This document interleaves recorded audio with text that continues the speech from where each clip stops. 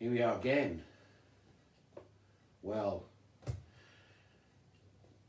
I'll tell you, I was going to talk about something this morning, but to start that off, no, I'll tell you what we'll do. I'll start off with what I was originally going to start off talking about, and that's a bit of Greek for you. I like a bit of Greek. Who likes a bit of ancient Greek? We all like that. The word witness, it comes from the Greek word martyr, and actually it's the Greek word martyr is translated as witness in the Bible. And I always think that's interesting for the fact that so many of these early Christians, they were martyred. They gave their lives by witnessing. So, which is a bit of a confusing bit, but exactly, they witnessed. They gave this testimony, and they were martyred. They were witnesses. And when Jesus, at the beginning of Acts, before he goes up to heaven, he says to the disciples, "I want you to be my witnesses." And I've been thinking about that over the last few days, and I'll tell you something that happened this morning. Really, really up to date I'm bringing you is because I was talking about this. I took the dog for a walk this morning, and as I was walking around, there was a young man sitting on a bench, and the bench is a bit not usually occupied, and this person, I have spoken to them before, so I just felt this need to try and engage with them, and so I said to him, "Good morning there, you all right?" Blank.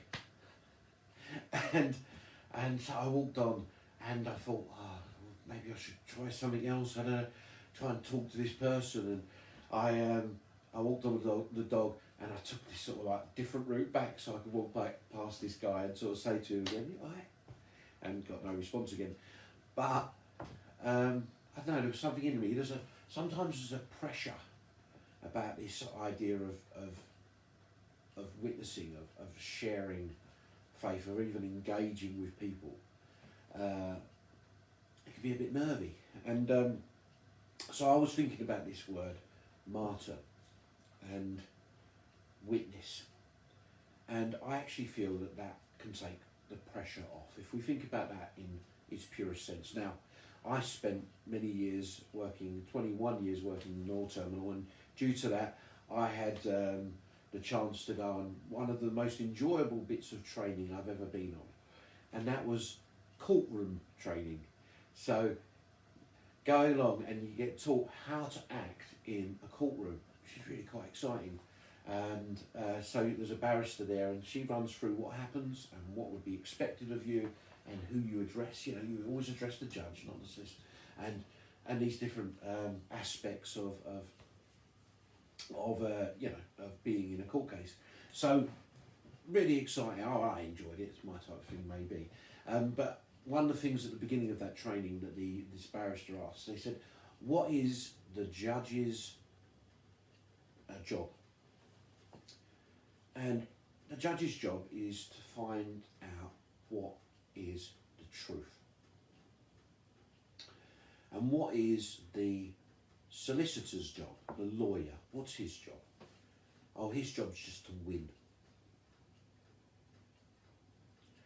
And what is the witness's job? And the witness's job is to tell the truth. Now, I think, and I get myself, and we can all sort of maybe get ourselves in a bit of a state thinking we're all solicitors. We need to go out and we need to argue and win people over to following Jesus. Now, let me make this clear. There's some very clever people who are very good at engaging in that way. And, because there are those in the world who have so many quite complex questions to answer that they want to have that debate, and that's their way of processing and moving forward.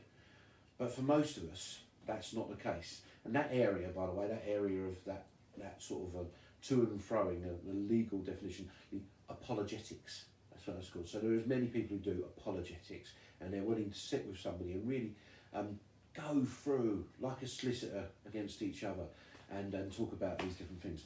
But for the rest of us, I find immense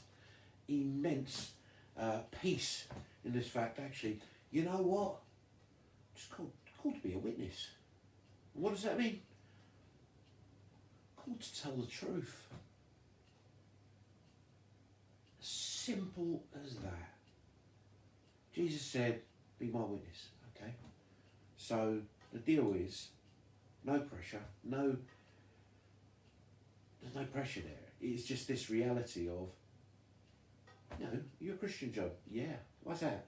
Oh, well, I had an encounter with Jesus Christ and he has totally transformed my life. That's the truth. That's my testimony. I came into contact with Jesus. I decided to follow Jesus. I know there's a God and he has completely changed my life. Completely. That's my witness to you. He can change your life too. Nothing complicated there, nothing difficult there. And the thing is, some people, they want to try and be the opposition solicitor back at you. I want to try and cross-examine you. But it's just a case of, what I've got to do is tell the truth. Yeah, my life's been changed. But my life's been changed. Yeah, but I encountered Jesus, my life's been changed. Sorry. It's the truth. You can't take me away from that. You can't do anything with it. I'm not sorry. The reality is, for me in my life, is that Jesus has changed my life. That's my witness. And by sharing that, I want you to know that Jesus has, you know, if you've decided to follow Jesus, you might have a similar thing to say. Simple. And it is just that. Jesus changed my life. I used to be here, now I'm here. It's really freedom bringing, life-giving reality that there's not some big weight on us of we need to go out there and argue these points. Just be a witness. Just tell the truth. Tell the truth what Jesus has done in your life, and it will change people, and people will be interested in that, inspired by that, want to know something of that. And I think that's exciting and freedom giving. And if you want to know how Jesus can change your life, get in contact. Please do. I'd love to share that with you more. I'd love for your life to be changed by Jesus Christ. And if your life has been, go and celebrate it. Have a great day. Let's be truth tellers. Truth tellers. Witnesses of the truth. Bye now.